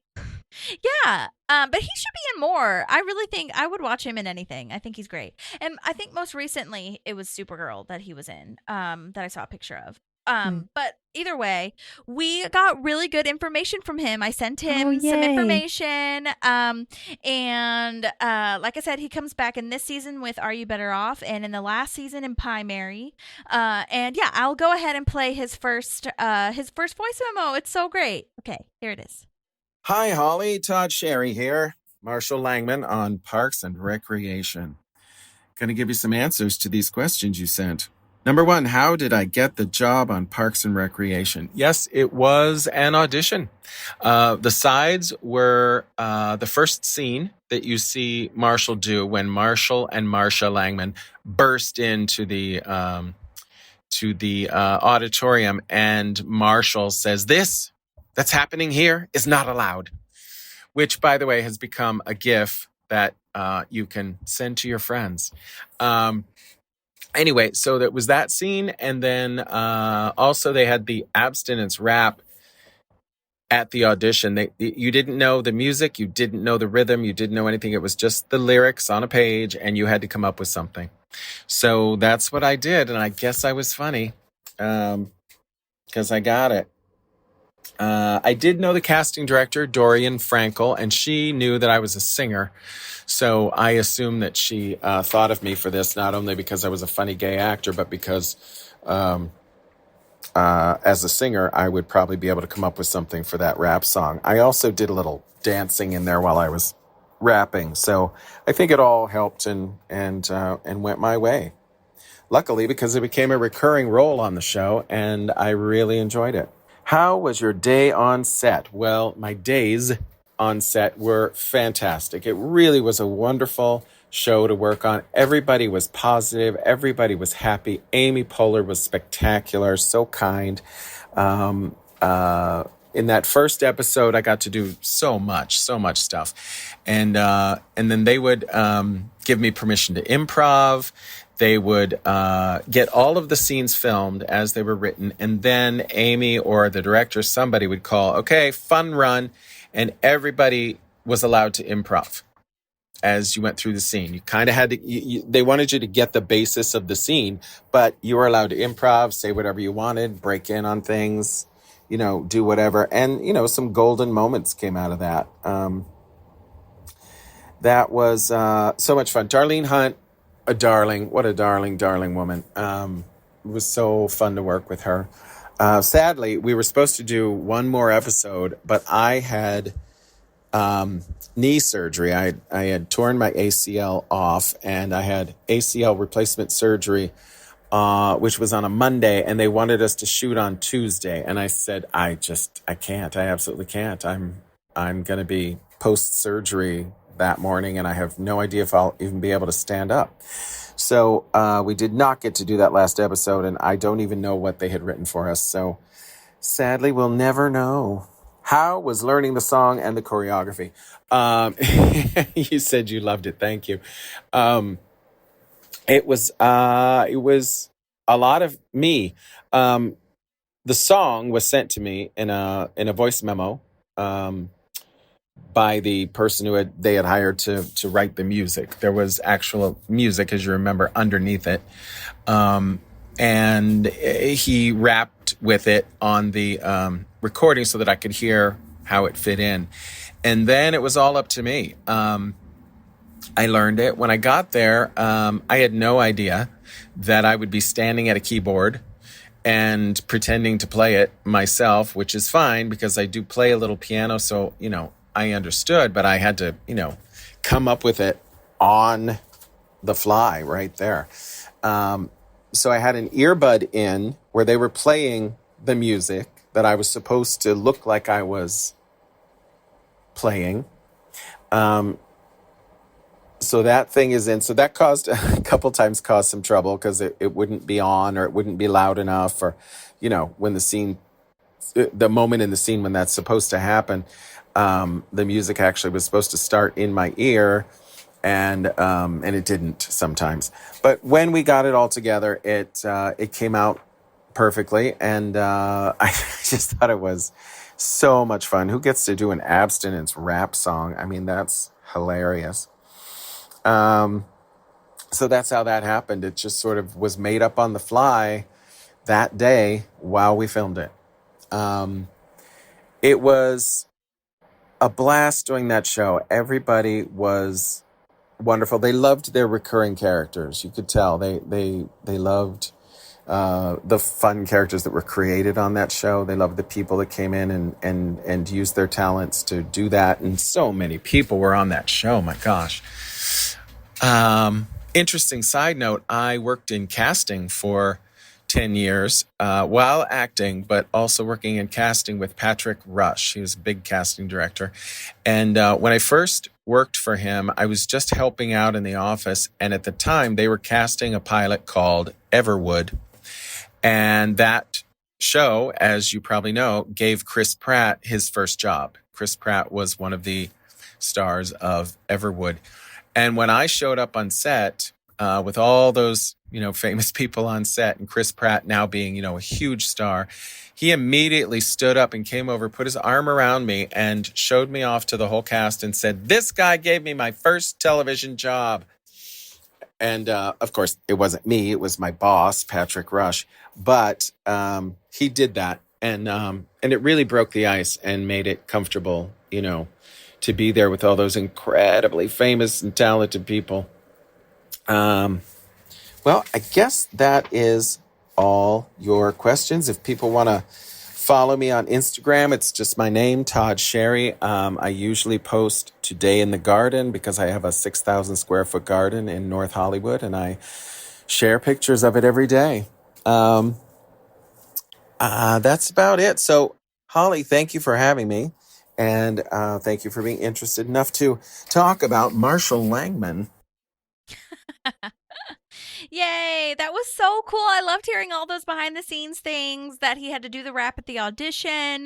That, about Pratt, that was really cool to hear as well. And also as far as like the music goes, I do like that it was kind of that 80s backdrop of it, or like not backdrop, but like, kind of style where basically it was like a synth already kind of playing. You know what I mean? Like it almost felt like it was just one of those like pre-recorded or preset buttons on the piano. Right. That is But exactly I how love it feels. the reason I mentioned that choreography thing was just because, like, I love that he was doing the choreography and Darlene Hunt, aka Marsha, was in, like, the audience kind of going along with him, like, doing the choreo with him, shadowing back to him, and I just loved that so much. But he also gave me, a cute little surprise voice memo, too. Aw. I'm Marshall Langman, and I'm here to say that sex before marriage is never the way. I waited for marriage and then some to do it. If you decide to sin, you'll rue it. Word. So I did good. not ask him to do that, so thank you, Todd, for giving us that gift. That's that was amazing. I love the writing of I waited until marriage and then some. Yeah. And even then, I'm sure he was not super mega into it, maybe. I don't know. Yeah. That's But again, the vibe. it really reminds me of this, like, and I'm not going to get too deep into it, but in TV, film / media, I do feel like this whole trope of, like, the Christian agenda, like, gay guy spreading abstinence only, or some kind of, like, God is holier than, like, whatever you're thinking of doing or whatever, is so real. In fact, there's this on Netflix, actually, Girls 5 Eva is on, it was on something else, Peacock maybe. Now it's on Netflix, and Busy Phillips is played by plays a character who's married to Andrew Rannells, who is a Broadway star, amazing. And he plays this kind of same Todd Sherry / Marshall Langman kind of character where he like sings and is Christian and has a huge mansion because of it and all these things. And I just think that it's really an interesting kind of character because it is real. I think it's real. Yeah. And yeah, in fact, I think it was even on Will and Grace. Like I even think Andrew Rannells might have been in that one too, and Jane Lynch. Like, it's like these kind of Christian camps that are talking about like how you should stay away from sex and only like girls and whatever. So, anyways, I think Todd Sherry did a great job. That casting was perfect. So I just really appreciate that so much. I agree. Thank you for that. Yeah. And then I told him that I really appreciated his Annie Oakley and Pippi Longstocking comment, and he said that was an improv by him. Good for him. Oh, that's awesome. Well, I think by the end of it, like well Amy done. Poehler had really trusted him, is what he said, and because I was like, that's one of his most famous lines. I feel people really remember that from this episode, and he said that he just kind of thought of that, and I was like, oh my god, that is so great. Yeah, that is great, and it kind of answers my question because later, Leslie also tells Anne, like calls her Annie Oakley, and yeah, I think I was like, that's weird that they do that twice, but it makes more sense now that it was improv and it just Yeah, I wonder if it was I don't know. It's like a chicken and the egg thing. Was it scripted that Leslie says that and he read that, or did he say it first? I don't know. Yeah, I'm who knows? gonna say that he improvised it first. Maybe I don't know, but and maybe he didn't even read that part and he improvised it. Totally, like could be. Yeah, because if you look up a picture of Annie Oakley, like I have that note later, she looks like Annie Oakley. Totally. Yeah, I always think of because I'm a musical theater nerd, but the Annie Get Your Gun musical, and yeah, that's totally what it is. Yeah. And yeah, Pippi Longstocking with her little pigtails and everything. Yeah, I love hearing that about just everything, like being on set that day and how improv was like allowed, and I'm loving that they called him back. That is such a gift, and like he said, they really do love their guest star actors. So if you show that you've got some, if you get along well, if you do the work well, and you're funny, like they want to bring you back if they can. Absolutely. So yeah, thank you, Todd. I'll tag you on Instagram and everything. And yes, I do follow him on Instagram, and there's lots of garden pictures and beetles and like fun things. So you guys can check that out. Good stuff. All right, so now we're chopping wood at Ron's cabin, and Tom got a splinter, and he has like a breakdown basically. And Ron then has this idea to purge, meaning like talk about all the things that he used to do on the screen, which for Ron seems like an insane idea, even though he says he didn't know how much Tom has to talk about. Like, that seems crazy to me that he's offering this, but I guess that's his growth maybe happening. Yeah, but I think we see Ron is willing to do crazy things for the people he cares about. Like, they seem crazy to us because it's Ron. Mm-hmm. But, I think he's like, I see a way I can help Tom become a better guy. We see him do it later, too, when he helps with Rent-A-Swag, right? Like, he, I think he sees this moment as I can help Tom grow. Mm-hmm. And I think Ron can kind of tone it out anyway. He's just like, well, and Ron I'll be in thinks my it's own only going to vibe. be one sentence. Right. Yeah. If that. Maybe two. Yeah, maybe. Yeah. And then, I mean, it just I can't believe he lets him insane. go on for so long. Oh my God. Insane. Yeah. That was a great little montage, though, of him like talking through all the different activities that they're doing. Checking Twitter, Instagram, Facebook, LinkedIn for the professional shawties. Oh my gosh. But honestly, I mean, this is not far off from what most of us do nowadays. We wake up, we check Instagram, maybe Twitter if you're on Twitter, Facebook, and email is probably one that he didn't say that I do, that I check mine, and then TikTok at night. I don't really watch TikTok in the morning time because it's more of a, my eyes are glazed over type of vibe. Yeah. There is a deleted scene, though, also, speaking of that, where he talks about falling asleep. It takes him hours now because he just lays there till he falls asleep instead of watching a screen. And I was like, honestly, relatable. Yeah. I mean, when I go through bouts of insomnia, the only way I can fall asleep is, and it's usually still takes hours, is I have to have the TV on. Yeah. It just really relaxes people. Well, it doesn't relax everybody, but it relaxes a lot of people in that way. And they say to get better sleep, you should be turning off your phone an hour before sleep or before bed or whatever. And I can't do it. I can't do it. I'll try, but I can't do it. But I don't have a TV in my bedroom because some people have a TV in their bedroom. And I think that sometimes can lend itself to bad things. But at the same time, I don't know what the difference is really with what I'm doing. So, anyways, so yeah, do you have anything before we move on to back at the City Hall or Parks Department? I just thought that the WebMD comment was relatable. Oh, I feel like most people, something happens, our immediate thought is WebMD. And sadly, I think that also lends a hand to our insurance system. Not to get into more shit, but like I would rather look on WebMD to know if I need to go to the doctor or not than go to the doctor because I'm probably going to pay $100 copay, just to make sure I'm not dying. 100%. So I get it. I definitely go on WebMD. I've definitely done it for my baby. And I'm not my proudest moment, but I'm also like, I got to do what I got to do. I'm not paying. Yeah. I mean, I think like if you use it with caution, that's fine. As long as you're not thinking that you're dying when you have a headache, I think you're okay. You know? Yeah. Just don't take it as Bible, I think is the big thing.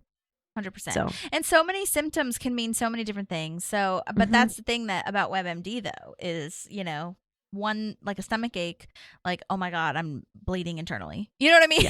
Yeah. Like that's not always the case. You know what's awesome now? And I'm not a big AI person, but Gemini now on Google, if you Google anything, it compiles the summary of the results and all the other links. So that little blurb up at the top. Yeah, which is great because I did that the other day when Ivan was feeling a certain way and I just like typed it in and it like compiled in 2 sentences. Nothing to be concerned about, but but in rare cases. Yeah. And I'm like, okay, that's all I needed to know. Do I need to be talking about going to the doctor? Cool, thank you. So, yes, totally. Helpful. See, the internet's good for something. It is. No, it's great. And that's awesome. The thing about like AI and ChatGPT and all these things. Like, I'm not saying we should get rid of it because hello, we just need to like somehow come to terms with it. It's a part of our life and we have to somehow just moderate it. Yeah. And also like coexist with it. You know what I mean? We're all in this world together. So yeah, I think the internet has been a great discovery. We just have to use it with caution. So, and not let humans die out because of it, if that makes sense. And creativity and art and all these things. Yes. But anyway, it is a tool and it is necessary in a lot of ways. So back at the Parks Department, Anne comes in, and Donna has a lot of people's favorite lines of, "It's not my favorite shirt, but it is my least favorite shirt." Love it so much. She's wearing her Dude Ranch shirt. Oh my God. Oh, Anne. Now Marsha and Marshall are on PERD talking about abstinence. 85% of people support abstinence, which is wild because these polls sometimes don't always make sense because not everyone who could be polled actually take the poll, if that makes sense. Mhm. So, you're really getting the extreme sides of each of these, but still, that's a lot of people for That's abstinence. a lot of people. And I also love that he calls his fans perdverts. I think that's the first time we hear that. Yeah, it is. But it's not the best at this point It's in time not. right now. Yeah. Not well. And by at this point in time, I don't even mean 2024. I mean, like, at the time then, it wasn't Right. the place to say perdverts. No. We're talking about sex You here, could have come okay? up with a way better one. Yeah. But I get it. Also, I love those yellow cups. When we interviewed Jay Jackson, I'm pretty positive that's the one that he showed us that said he still has. So I would love that as well. Jay Jackson plays Perd. We interviewed him like way back in the early million Park years. Pals Yeah, days. early years. Yeah. Mm-hmm. And he showed us that when we were interviewing him. So, and listen, this is what we were talking about before. And from a nurse's point of view, this is her job. This is what she studied. And she's also in the health department now, and she's telling us the facts that abstinence-only education doesn't work. And I love that. Also, I don't know. Well, love-hate. I have a love-hate relationship. Why is Chris like turned on by her knowing so many things? Yeah. I don't know. Maybe he Weird. meant knowledge in general, but Yeah. that's what I would prefer, not the knowledge about the sex abstinence only. But anyway, that's how I read it. That it was just like that she's knowledgeable and smart. yeah, She came yeah. prepared. I think. I love Anne's look though. She's like, "What? Why did you say that? I'm confused by this. Why is that necessary?" And then we get into it where we talk about the law, and Anne's like, "Well, you're, city council now. Change the law. You can change it." And Leslie has the thought that I had of like, "You can't fight those numbers. Those numbers are crazy. Like, even if I wanted to, people want this."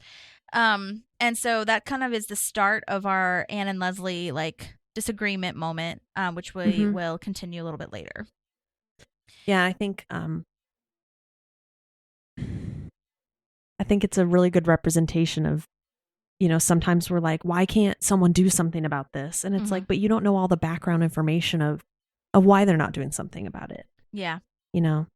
So it It's makes hard. sense. I'm with you and I'm with Leslie. Like, she's going to be able to do so much good in city council, but if she starts pushing all these things, like she did the soda tax, and she just keeps pushing these things, she's going to get recalled faster. Yeah. Well, and that's something that I really appreciate about, which I know it's hard to watch kind of, and I know it's hard for Leslie to go through, but I really do appreciate that every episode we have a roadblock for her as city council, as trying to take care of the citizens that don't want to be taken care of, but yet they are mad at her for not taking care of her or taking care of them. And it's like just this cycle. Yeah. It's that line that I quote almost constantly from Ryan in The Office when he says, "Lead me when I'm in the mood to be led." Right. And that's like the vibe of the Pawnee people. Like, yeah. guide me or take care of me in the way I want to be taken care of, not Right. in the way that's actually going to take care of me. Right. 100%. And it's just I think it's very great for them to show that Leslie is trying to take care of them, but she's also trying to do her job by serving the people and serving what they want. So it's really hard. So I like that they show that. So now we're watching the congressman back in D.C. sit there at his desk for the entire day. Ben says maybe there's a TV, like maybe that's what he's staring at. And it really is robotic the way he's acting because he repeats that, "It's a hot one out there today." Oh my God. And I have a fan theory. Okay, remember how we talked, and this is just me creating this, but remember how we talked about, I don't think you've watched this show yet, but Ben's claymation thing is like the new Severance intro, because the intro to Severance is claymation. And I think that this has this is in the world too, of him being robotic, and because that's kind of what the show is about too. If you watch the show, you'll have to You'll have to weigh in. But yeah, it is a really good crossover moment and a really good universe moment. And I think that this guy has been taken over by the Severance people because the premise of the show. Wait, what? I'm just intrigued. Oh, Keep okay. going. I thought you were going to say something. No. The premise of the show is that when your personal life is severance from your what you call work life. So when you get in the elevator to go into work, like your mind clears and you just go to professional you. You don't know who you are outside of work. And people do it like Adam Scott's character did it for a reason that I'm not going to spoil, but like it's kind of just if you've had bad experiences, whatever. And you just don't want to remember that. And I feel like this congressman has gone into severance mode when he's in the congressman thing. Which is why he's so happy. Yeah. Now, I will say in Severance, the people are not like robotic like this. They're still humans. They just don't know who they are outside of it, but still could get far. So I'm sorry to go on that tangent if you're not familiar with Severance, but now we all have to watch it. You should definitely watch it. It's on Apple TV, and I'm obsessed. Okay. Also, Christopher Walken is in it. So I love Christopher. Come on. And that guy from Oh Brother Where Art Thou? What's his name? The Italian guy, tall, dark hair. Oh my God, he's so good. Anyways, okay, moving on. Side note: have you ever heard Dave Grohl say Foo Fighters the way that Christopher Walken would say Foo Fighters? No. I guess Christopher Walken announced them at SNL one year, and he asked Dave Grohl, "How do you pronounce that appropriately?" And so he told him to influx the wrong part of the word or something, and it came out like so good. Like Foo Fighters. Yeah, it's like the Foo Fighters is how he says it. It's so good. Sorry, that's a side note, a tangent, but I just love it. I love that too. Walken. Imagining him saying that. I cannot do a Christopher Walken accent. I think a lot of people can, but I'm not even going to try to touch it. Dave Grohl does a great job. I'll have to find the video and send it to you. Oh my God. Anyway. All right. So Tom keeps talking about the internet with Ron. Oh my God. It's so much. They're fishing, they're hunting, they're doing all these things, and he just consistently keeps talking about it. And then, who fucking gave him a gun? Oh my God. That's true. Ron did. I guess he thinks it's okay with supervision. I'm like, dude, after the hunting trip episode. Totally. That's a great point. I didn't even think of that. But I don't think Tom's going to shoot anything. I hope it's not loaded. I hope he was just like, I want him to feel included, and he didn't load it, and it's, But that was my thought. It's like, am I the only one that remembers that he shot Ron? Yeah, that's so true. And now Ron's hunting with him. Oh my God, that was a goof. I'll take that goof over and not dating 40-year-olds. Yeah. But yeah, that's not a goof. Way more off. Yeah. Oh my God, hilarious. Okay. Well, the really exciting part, though, that he gets to with the internet is he talks about podcasts. And I love this. It's so meta. He has one with John Ralphio called Nacho Average Podcast, and they rate different types of nachos. And oh my God, what a weird thing to have. Yeah, but people that's very weird. I think people would watch it more on TikTok than they might listen to it. Yeah, because they want to see the nachos. Food is popular on TikTok. Edley's, the barbecue place here has such good nachos with like homemade potato chips. I know it's supposed to be tortilla chips, but they make homemade potato chips with their barbecue, like pork or chicken or whatever, but you should get the pork, and it is like so good. I can't get over it. Oh, I love nachos. Yeah, I know. I love nachos too. You got to be like, for me though, it's like particular where you get them, because sometimes you get nachos and you're like, there's not enough of any of the stuff on here. Totally. I'm just eating chips. 100%. Holly, I'm so excited to come visit you at some point so we can go eat all the things, because I'm pretty sure you said there's a really good waffle place there too. Or donuts. Was it donuts? There's a lot of donut places. There's a lot of ice cream places. Oh my God, there is really good food here. I will say, even though Nashville doesn't feel like my forever place, the food is phenomenal. Especially when people come to visit, I'm like, oh my God, it's so good. Yeah. Yeah, there's a ton of breakfast places though that have good waffles, so we'll do that.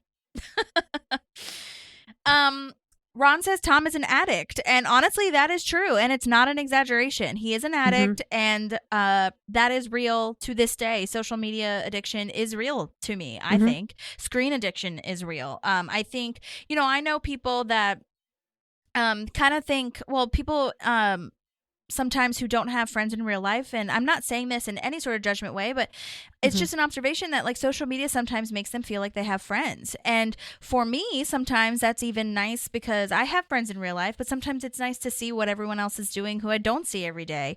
And then you feel like you're included in something. And that is a really, really strong, I guess, reason to be so into social media, because it makes you feel like you're involved, and everybody wants a community and connection. And that's what social media is supposed to, or does, for a lot of people.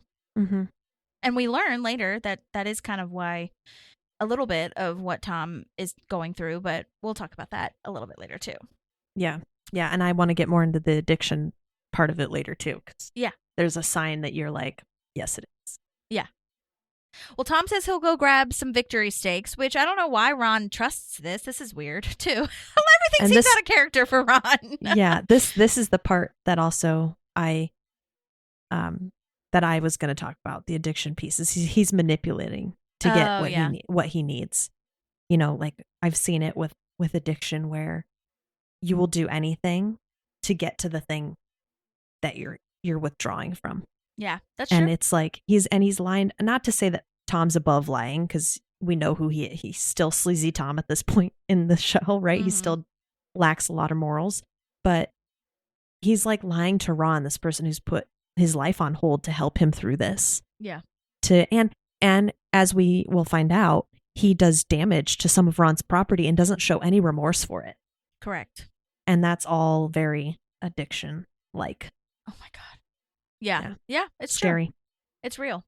Anyway, I agree with you. Why is Ron believing this? Yeah, come on. He can't even get to work. How are you going to get him to go to wherever? And then somehow he makes it to Best Buy and gets a burner phone. So I don't know.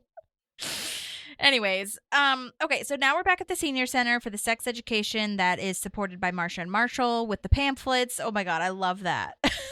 Yes. There's a party in your pants and no one is invited. I thought that was great. So good. I forgot to mention earlier that there was a watermelon included with the fruits. Oh yeah, I think I saw that too.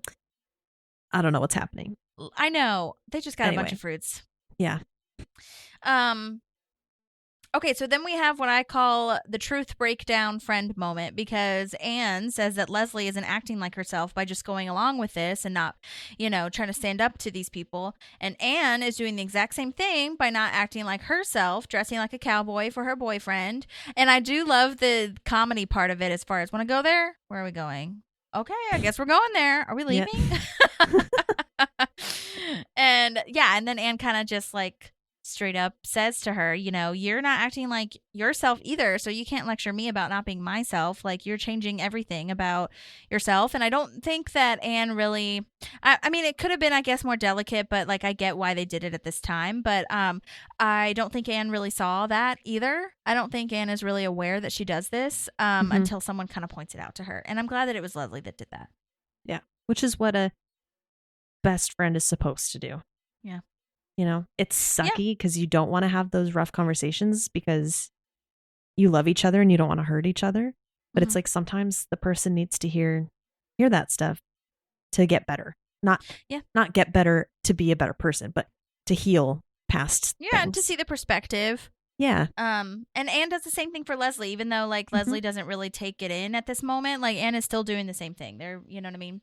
Yeah. So as far as like saying, you don't usually go along with this kind of stuff, like, what are you doing? So I think that was a really good thing that they showed. And then this is where the Annie Oakley line comes in. Yeah. So good. Then we get to Tom crashing on his phone. We already talked about that. So I'll skip over that and get to, yes, this is where we have the Marshall Langman abstinence rap. Love these dance moves and the lyrics. I already talked about, I love the line, I waited till marriage and then some to do it. And Leslie's talking about the abstinence, and they actually have questions. That's what I really like, and that's what, I don't know if this was maybe like, on purpose or whatever, but I really do feel like this is what sparks Leslie to not follow the rules. It's like these people are actually interested in what she has to say from a sex education perspective and not an abstinence-only question and things like that. So, like, screw the polls. There's people right in front of me that need something, and I can provide it. And they want to talk about it. And it's just, I think it's really great. And I love the comedy though about speaking of these questions of I don't know where Lou has been. Yes. And Lou. the extra who plays Lou has this like little smirky eyebrow raise moment. It's so good. Oh my god, I love it. So well done. Well, and then someone you says, see, oh, go ahead. Go ahead. I was just gonna say, you see the internal struggle, but that Leslie is having, like with whether or not to say, to go on with what she was gonna say about reading from the religion pamphlet, or yeah, which is ridiculousness. But there's this person that says, I shouldn't listen to someone who's 10 years my junior. Oh yes, and Gladys. Anne goes. She's like, yeah, Gladys. Yeah, Gladys, you're right.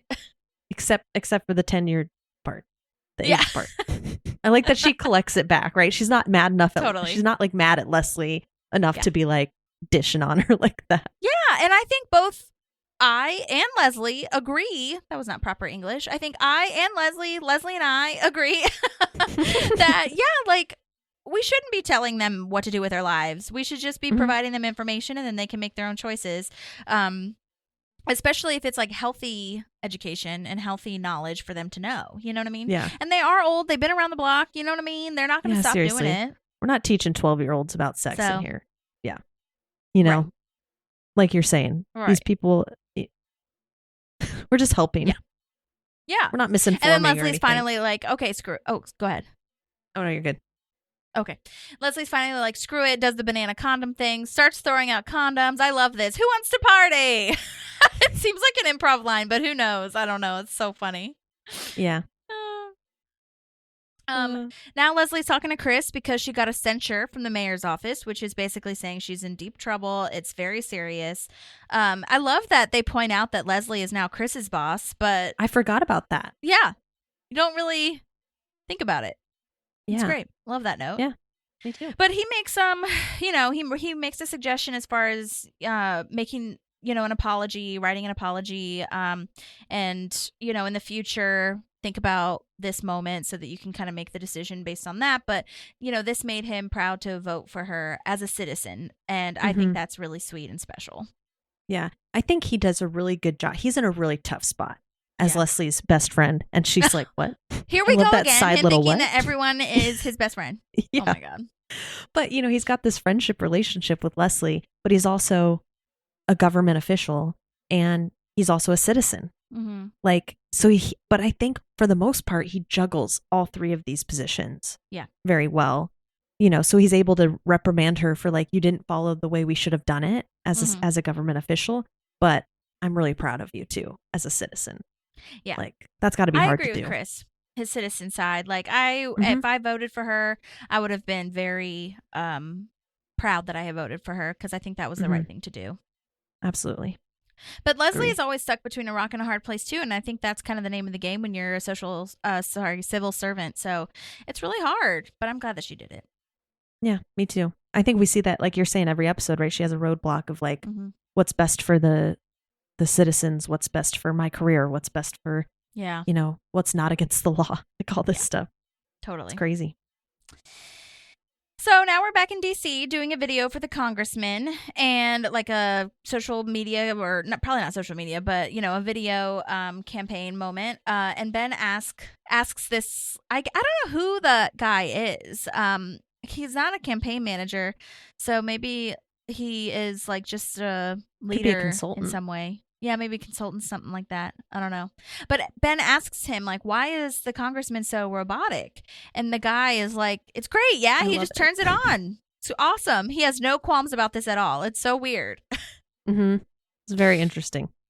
The guy who plays this is John Story, and he was also in Independence Day, which one of our senior citizens was in. He was also in the movie Eight-Legged Freaks, which I remember that coming out. Do you remember that with David Arquette? Oh my god. No. It was like a horror movie with like these huge spiders, but like I can't remember. I feel like it was like a parody of a horror movie or something. I don't know. Doesn't matter. Maybe Human Centipede. Oh god. That one was like really that one wasn't a parody, was it? That was like for real, right? No, Human Centipede is real. I'm saying maybe David Arquette's film is the parody of that. Oh. I don't know. Oh my god. But they were the same producers, Independence Day and Eight-Legged Freaks, so that must be why. As far as like him being in both, maybe that had something to do with it. Whatever, doesn't matter. He was also in a show called Almost Paradise, bunch of other things. I thought he did a great job, and I didn't record it because I didn't think it was like super vital to hear. But there is a deleted scene with this guy as well. He had another scene where they're in the conference room. It's April, Ben, and the congressman and this consultant guy, and they're kind of just talking about the strategy. And again, it just proves a little bit more how robotic he is. The congressman is, and Ben wants to kind of push a little bit further. But the consultant is like, I think we're gonna win, like we're good. And that also, I thought that was, I mean, that was interesting information, but not something that we as the audience like need to know. But he has, like, they're winning, they're in the lead, it's like kind of a shoe-in basically. Right. But I thought that was really worth mentioning, though, that the actor who played that guy had another scene. So good job to you. Yeah. Love it. All right, so now Tom is apologizing to Ron, which I'm glad, because now, you know, he did say sorry. I mean, initially that should have been his first thing, but he does say sorry. He's feeling vulnerable. And then this is where he kind of gets into why he is so addicted to screens. And he says a lot of stuff in real life hasn't been going so great. And so he spends a lot on, you know, his time on the internet and stuff to distract himself from that. And I feel like that's so, like we talked about, I just feel like that's so true for so many people. It is a distraction. Yeah. I remember on Social Network, that documentary, they described social media as the adult pacifier, and I was like, that is the best way to describe it. It really is, because no matter if you're in a bad mood, I feel like Instagram will either justify your bad mood, which helps you feel better, or it will just like calm you down and like kind of get you to that baseline, which is really upsetting and sad when you think about it. But I have done that many a time. And again, I think it's about the connection in the community, whereas when you're upset and needing a distraction, you feel so isolated. Yeah. So. Yeah. Anyways, well, now Leslie is on PERD, and Anne is back to her normal self, normal wardrobe. And Anne is kind of coming to terms / realizing the truth of Leslie's words, that her personality gets swept up in whatever guy she's dating. And, you know, just a lot of truth bombs happening in this episode, I feel, with that back-to-back with Tom's truth moment as well. So I'm glad that she said that. And she said she bought a lasso. It's awful. Lord in heaven. Poor Anne. There is a deleted scene actually where Anne and Leslie are using the lasso. They're like lassoing things out on the courtyard. It's like random ass shit, that the like vase with flowers or something trying to lasso around. And then they have this funny moment where they tie Jerry up using the lasso, like, and he just, you know, submits to it as far as like, yeah, sure, I'll be like the, you know, person you practice on or whatever. And then they can't get him out of the lasso, and so that they'll leave him and go get Ron. It's a mess. Oh my gosh. Anyways, but yikes. Yeah. So now we're at where Leslie is apologizing, quote unquote, on PERD, but she's not apologizing for what you think she's apologizing for. She's apologizing for the antiquated laws and the actual, not the actual teaching of the sex education that she, you know, put forth. And I think that's wonderful. I love that she says you know, we all want the same thing. We're technically on the same side as far as what our goals are. You know what I mean? I think that's something that people forget a lot. Yeah. The handhold between Marcia and Marshall. Yeah. When she changes the trajectory of the apology is so... It's good. It just, it's a little cherry on top of the scene. Yeah. It's a total like, okay, we have to war up now. But she wears her censure like a scarlet letter / badge of honor, which, you know, is really awkward and weird, but we love it for her. Yeah. And then now we're at where Ron is giving Tom the book Auto Repair Manual 1982 and tells him to read it, an actual book with pages made of wood, or however he says it, and help him fix his car in exchange for not telling the judge about Tom's misstep, which, again, we were talking about earlier in the episode. And I do love all the rules for Tom when he gets his phone back. Like, don't be on your phone when you're with someone. It's so rude and disrespectful. Yeah, I hate when I'm out with people or like doing anything, like my phone is in my purse or it is face down. I have my watch.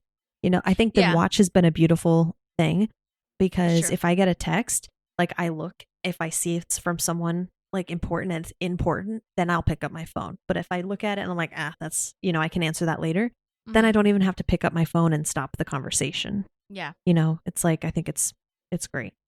But I love that Because you feel like if someone's on their phone when they're talking to you, you feel like looked over, Mhm. and that what you're Yeah. saying isn't important. It's really rude. I actually Mhm. don't even have, because I have a Fitbit that would show my text, but I don't even have that on. I just have if someone calls me, because I feel like I get so overstimulated, because I am. For you, it probably makes more sense because, well, first of all, you have a child now, but secondly, like, you're not on your phone all the time, like I kind of am, I think. And so when I'm not having my phone on, if I get a call, then I know it's really important. And most of the time, I don't really get calls, so it's like from my mom, and then I'll answer that, obviously. But yeah, that is a good note for people that are trying to like kind of cut back. Yeah. And I do love that Ron kind of makes this deal himself. He's not going to tell the judge, and he could have told the judge very much so, and Tom could have gotten fined or whatever. And I think that this is Ron being the dad to everybody, as far as or mentor, whatever you want to call it, having a lesson on how to get through this and how to become like better after this. And he doesn't want to kick Tom when he's down also. So I think this is a really smart compromise. Yeah, I think this is great parenting. Like this is something I would be proud to come up with as a parent of I don't want to call it a punishment, but like a disciplinary act towards your, this is your consequence to your action. Yeah. Like you have to fix the car now, and you can't use Google. Right. So good luck. Good luck. Oh my God. I know that's the lovely thing about the internet now too. Is like YouTube has so many tutorials and like cool things to learn. And certain TikToks even are very educational. So, if you're on the right side of your algorithm, like it'll work for you. Oh yeah. We use TikTok for workouts. Oh, nice. For, like good form for weightlifting and stuff like that. And it's really helpful. It is. So there's useful information out there. Yeah. Tool. Also his line of, if you ever need to discuss your problems with someone, find Leslie. She lives for that crap, which I love, because you think that he's going to say, talk to him. And you're like, yeah, too far. Yeah. He kept it. But I think that's great, right? Like don't forget, I forget this so often.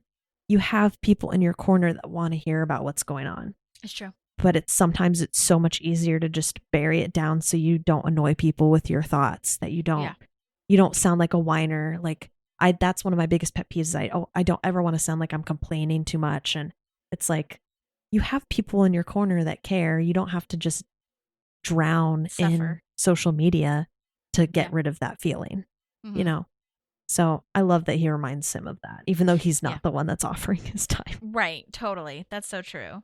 And I feel like it's just that instant gratification. Like it's not getting down to what actually is the problem or why you might be going for a distraction. So I think it's really interesting that they brought it to a serious moment when he discusses that. Yeah. Yeah. I think it's well done. Yeah. Well, the tag is Leslie talking to Ben and how on the phone and how she's going to draft a bill to take out the abstinence-only law. And I love how motivated and fired up she is, and how it's so inspiring. Every time she has a setback, she always comes back better for it. And I love that, because she knows what's right. She knows her moral compass. And like we talked about, she has a challenge every episode, but it's really nice to always see her somehow overcome it. Like it's always like, and it's hard to do, like, because in real life, obviously, like that's not always the case, but like it's, in this 30-minute episode, 20-minute episode, it's nice to see like it's streamlined, and then she gets a setback, and then she comes back up and then goes down. It's really nice. And I like that she's talking to Ben about it. That's really special. I love this check-in, that it's not like we've forgotten that they're together at all, but it's just nice to see this. It's almost like this little private look in of how they're still supporting each other even from far away. Yeah. And then obviously we have to get to the, what are you wearing? I can't do that now. That here. Yeah. Oh my God. I love that so much. Yeah. And then, Ben at the end is pretending that he's being a robot. Again, Severance. Yes. I love let's go eat some batteries. I mean, human food. And this is the part which I really loved. It really feels like they're friends finally. It's not awkward. It's not weird. It's not mean. It just shows friendship. And I think that is really lovely, because I've been waiting so long. And even in this episode, I was like kind of annoyed with April in some ways. But I think I've been waiting so long for them to just finally like be okay around each other. And it's nice to see April like smile and laugh. That isn't sarcastic. You know what I mean? Yeah, it's genuine. over something that Ben said / that they're bonding over. And so I really, really loved this. And I think it's really important to show that. I was I really agree. relieved, honestly, that they showed it. And yeah, I was just really happy about that. Yeah, I thought this is a great tag. I loved everything with them in this episode. I had a note earlier, and I just didn't find it important to mention at the moment, but because we're talking about Ben and April, he's getting ready to compliment her on her work right before she brings up the congressman, and she cuts him off. Yeah, that's interesting. Like, I forgot about we that. don't hear the compliment. Yeah, but it's nice that he's getting to a place where he's noticing the work she's doing. Mm-hmm. And I think that's really nice. But then she's like, doesn't want to hear it. And she's, you know how weird she is with compliments. And so she just cuts him off and goes straight to the congressman. But I think this episode is such a beautiful step in their relationship. So yeah, I agree. I totally agree. Well, that was sex education, and it was a lot to cover, and I'm sorry we went on so many tangents, but it was definitely worth it. So thank you for sticking around if you did. Thank you to Todd Sherry and Alex Morris for sending in those amazing voice memos. That was so fun. I'll definitely probably reach out to Todd again if, we get to his next episodes as Marshall and have any other questions or whatever. But I loved hearing that abstinence rap, and yeah. Love it. So good. Yeah. And next is Halloween surprise. Oh my God, so exciting. Oh my God, the fart attack. The fart attack. That's awful. I just want to hear the doctor say a fart attack. Is that so much to ask? Oh my God. So crazy. good. But don't forget to rate and review if you haven't already done that. You can go on Spotify or Apple Podcasts or anywhere you get your podcasts. It is listed there for you. Also TikTok, Instagram, all that kind of stuff. I'll be sure to tag everybody too so you know where to follow them. And yeah, we will see you next time. Thanks for joining us. Bye. Bye. There's a Parkinson Pals and there's also therapy too.